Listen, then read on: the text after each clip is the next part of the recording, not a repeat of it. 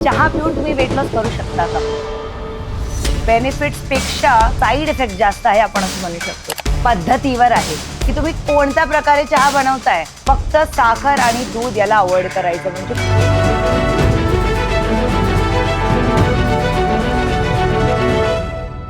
नमस्कार महाराष्ट्र. मी तुम्हा सर्वांची लाडकी निवेदिका म्हणजेच रुपाली सपकाळ. तुम्हा सर्वांचं मनपूर्वक स्वागत आहे यूट्यूब चॅनलवर.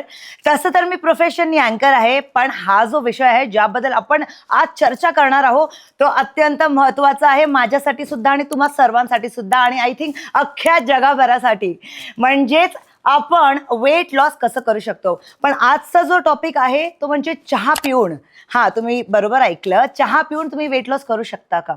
म्हणजे मी स्वतः महाराष्ट्रीयन आहे आणि आपल्या घरामध्ये तर हे कल्चरच आहे की सकाळ झाली नाही की कडक अद्रकवाला चहा असला पाहिजे. तुमच्या पण घरी असंच काहीतरी आहे ना?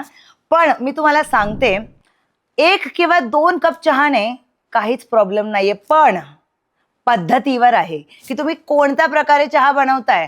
असं की दूध पण एकदमच जास्त घेतलं, त्यात साखरही 3 ते 4 चमचे, तर मग तुमचं वजन कसं काय कमी होणार हो? तर मग त्याचसाठी आपण आज या टॉपिकवर चर्चा करणार आहोत. मी स्वतः अँकर असल्यामुळे मला सुद्धा एकदम एनर्जी फील करण्यासाठी, एनर्जेटिक राहण्यासाठी चहा किंवा कॉफी खूप महत्त्वाची आहे. पण मी मेक शुअर करते की 1 किंवा 2 कप जास्तीत जास्त, आणि त्यामध्ये सुद्धा दुधाचं प्रमाण एकदम कमी. म्हणजे 1 ते 2 चम्मच असं वापरलं तर खूपच बरं होईल. तुम्हाला असं वाटेल चहाचा कलर थोडा काळा वाटतोय, बट त्याच्यावर जाऊ नका. तुम्ही त्या एनर्जीवर फोकस करा. चहापत्ती झाली, पण साखरेचा वापर करायचा नाही. साखरे बदले तुम्ही 0 कॅलरी हा जो प्रकार मार्केटमध्ये मिळतो, शुगर फ्री म्हणू शकता किंवा स्टिविया म्हणू शकता, तुम्ही ते वापरू शकता. किंवा मग सर्वात बेस्ट म्हणजे साखरच नका वापरू ना, दूध आणि चहापत्ती आणि अद्रक. म्हणजे माझं फेवरेट तर आलं आहे, म्हणून मी प्रेफर करते की अद्रकवाला, आलंवाला चहा. पण जर तुम्हाला सुद्धा असा चहा आवडतो तर प्लीज फक्त साखर आणि दूध याला अवॉइड करायचं. म्हणजे खूप कमी प्रमाणामध्ये दूध वापरायचं आहे आणि साखर तर नकाच वापरू.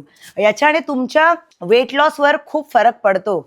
आणि 3 ते 4 कप बिलकुल नाही, फक्त 1 किंवा 2 कपच आपण चहा पिऊ शकतो. त्याच्यापेक्षा जास्त ऍसिडिटी सुद्धा क्रिएट करतं आणि ऍसिडिटीमुळे मग तेच तुम्हाला कोणत्याही गोष्टीवर मन लागणार नाही आणि ऍसिडिटी झाल्यामुळे ब्लोटिंग वाढते. तर मग त्याचे बेनिफिट्स पेक्षा साईड इफेक्ट जास्त आहे आपण असं म्हणू शकतो. सो 1 किंवा 2 कप्स. तर मंडळी, चहामध्ये कॅफेन प्रमाण जास्त असतं, म्हणून त्यामुळे आपल्याला थोड्या वेळासाठी एनर्जी रश असं फील होतं आणि त्यामुळे आपण एनर्जेटिक फील करतो. पण जर तुम्ही 1 किंवा 2 कप पेक्षा जास्त जर चहा प्यायली, तुम्हाला सुद्धा माहिती आहे ऍसिडिटी रेग्युलेटरी कॉम्पोनंट आहे त्याच्यामध्ये, आणि त्यामुळे त्याचा तुम्हाला खूप त्रासही होऊ शकतो. म्हणून मी तुम्हाला रेकमेंड करीन, पूर्ण दिवसामध्ये दूध खूपच कमी, साखरेचं प्रमाण अजिबात नाही, कारण की आपल्याला साखर नकोय.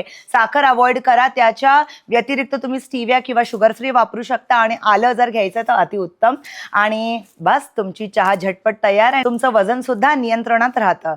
तर जर तुम्हाला माझा व्हिडिओ आवडत असेल तर करायचं काय आहे, तर लाईक करायचा आहे हा व्हिडिओ सर्वप्रथम. आणि त्यानंतर तुमचे जे पण काही प्रश्न असतील ते कमेंट बॉक्समध्ये तुमचे प्रश्न प्लीज विचारा. मला खूप आनंद होईल तुमच्या सगळ्या प्रश्नांची उत्तरं द्यायला.